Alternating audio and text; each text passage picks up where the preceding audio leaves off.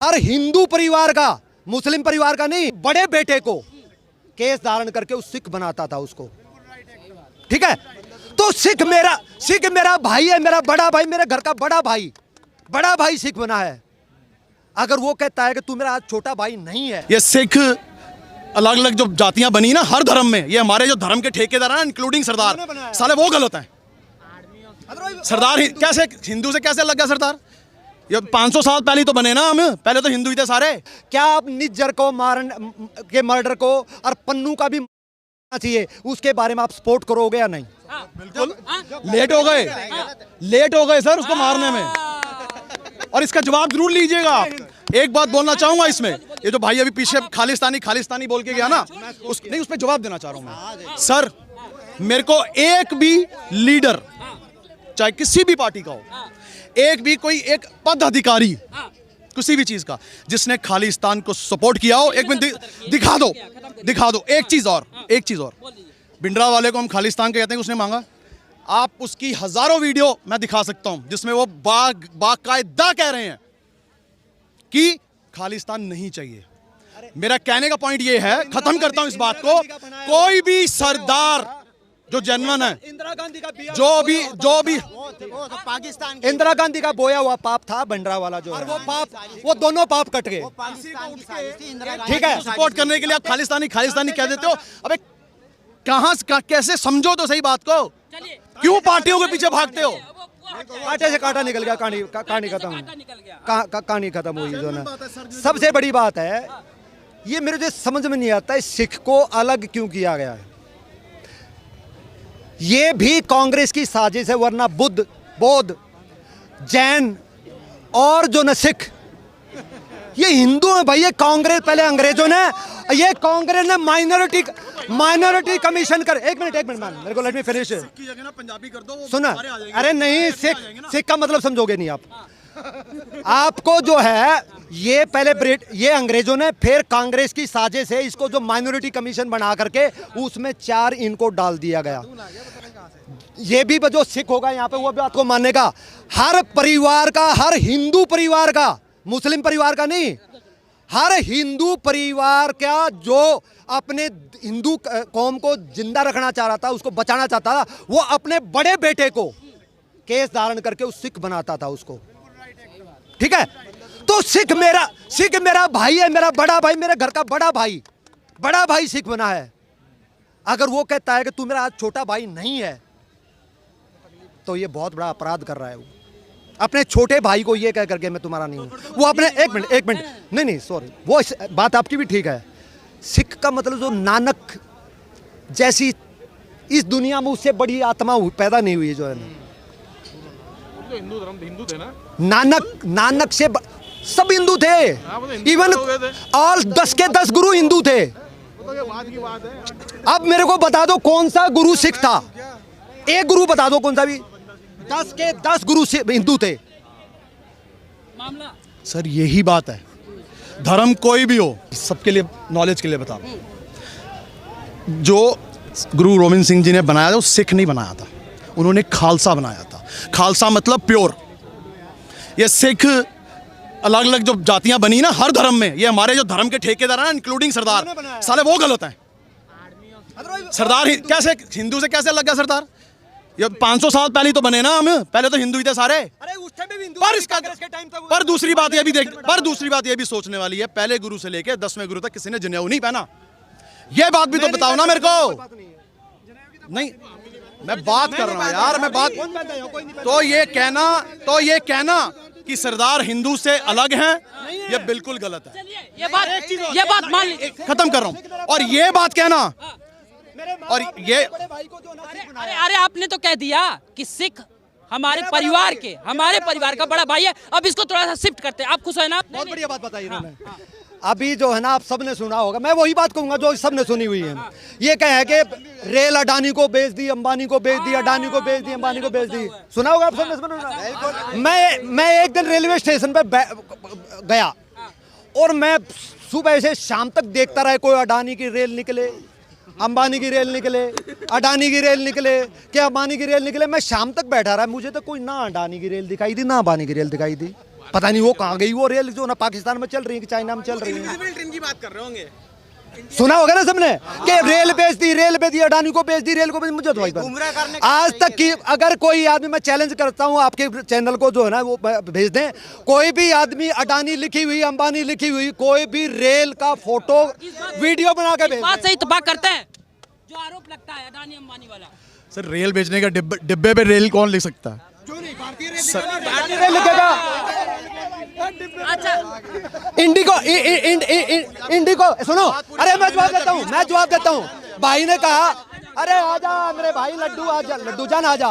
इन्होंने नहीं सुनोगे, उन्होंने क्या, एक मिनट, एक छोटा सा, उन्होंने क्या कहा, मैं भूल जाऊंगा फिर। उन्होंने क्या कहा कि रेल के ऊपर थोड़ी ना अडानी अंबानी लिखे जाएंगे। भाई इंडिगो का जहाज है तो इंडिगो नहीं लिखेंगे क्या? स्पाइस जेट वाले स्पाइस जेट नहीं लिखेंगे क्या? अभी टाटा की इंडियन एयरलाइंस है, क्या इंडियन एयरलाइंस नहीं लिखेंगे? स्पाइस जेट है कि स्पाइस जेट वाले स्पाइस जेट नहीं लिखेंगे? क्या बात कर रहे हैं? बात में तो दम है। सर सर्विसेज बेची जाती हैं, आप बात को समझें। रेल बेच दी। कौन कह रहा है? मैंने तो ना बोला, बता दो मैंने कब बोला? आरोप लगता है, विपक्ष का आरोप लगता है भाई साहब, विपक्ष का आरोप लगता है। आप ही जैसे बहुत सारे समर्थक मान के सर्विस बेची। अब इन्होंने बहुत बढ़िया, आपकी हर बात को मैं ये कहते हैं सर एक सेकंड के लिए, मैं एक सेकंड के लिए आ रहा हूँ सर मैं भूल जाऊंगा। इन्होंने कहा कि सर्विस बेची है।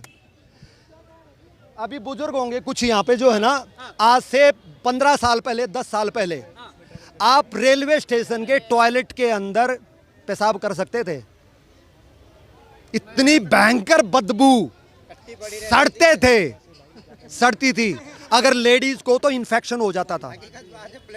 आज के दिन रेलवे स्टेशन पर जाइए, 5 स्टार। सहमत है आप लोग? सहमत है क्या? तो बिल्कुल सहमत है। जिंदाबाद। तो अगर सर्विस बेची है तो किसके लिए? मेरे लिए बेची, ताकि मैं साफ सुथरी जगह पे यूज कर सकूं। अच्छा एक बात और आती है, ये अभी अमित शाह ने कहा CAA, ठीक है, ये चुनाव से पहले लागू हो जाएगा देश में। खुश है क्या? मैंने सुना नहीं, कहाँ बोला?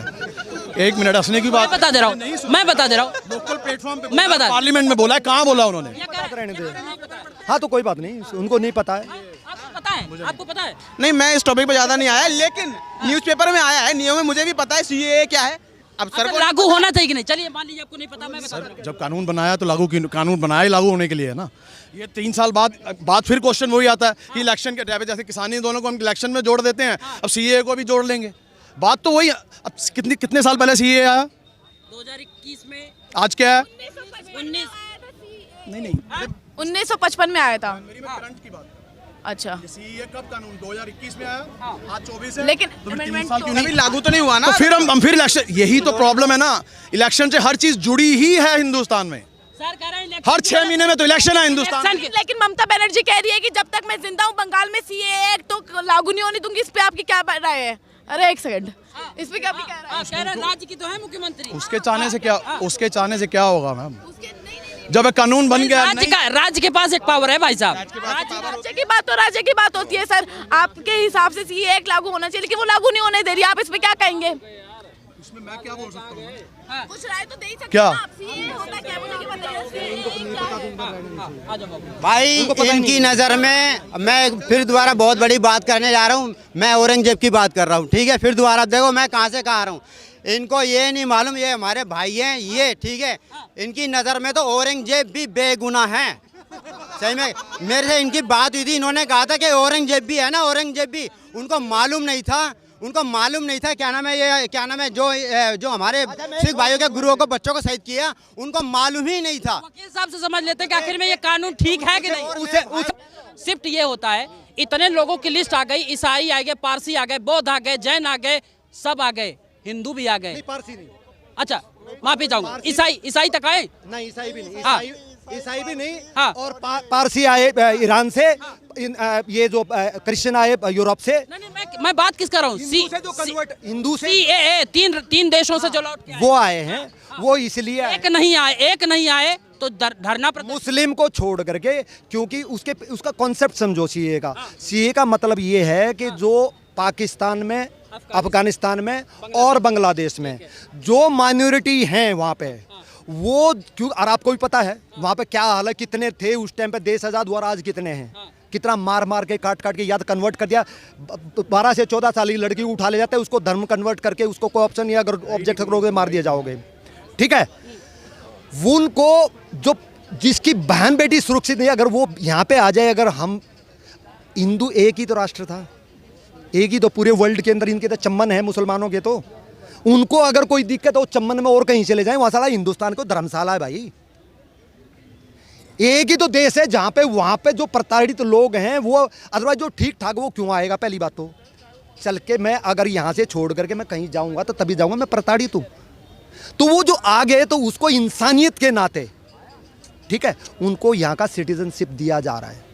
और यहाँ के हिंदुस्तान के किसी भी सिटीजन हो, चाहे मुसलमान भी हो, किसी की भी सिटीजनशिप वापस नहीं ली जा रही। तो यहाँ के उन लोगों का ऑब्जेक्शन क्या है? दर्द क्यों है सर? दर्द वही बात ये है नैरेटिव, गजबाए हिंद समझने की कोशिश करो। इसकी रूट गहराई बहुत सारी को हवा में है जो दिखाई नहीं दे रही है। इसके पीछे गजबाए हिंद है कि जितनी मुस्लिम की कम्युनिटी ज्यादा होगी उनकी स्ट्रेंथ ज्यादा बढ़ेगी। कल को एमएलए एमपी उनके बनेंगे सरकार, वो तभी तो कह रहे हैं थोड़े दिन रुक जाओ।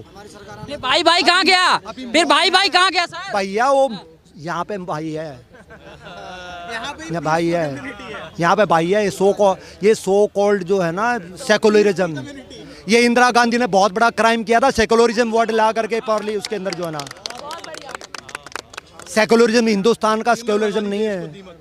दीमक लगा दी देश को, ये सही कह रहे हैं सर, दीमक लगा दिया वो सेक्युलरिज्म कह के।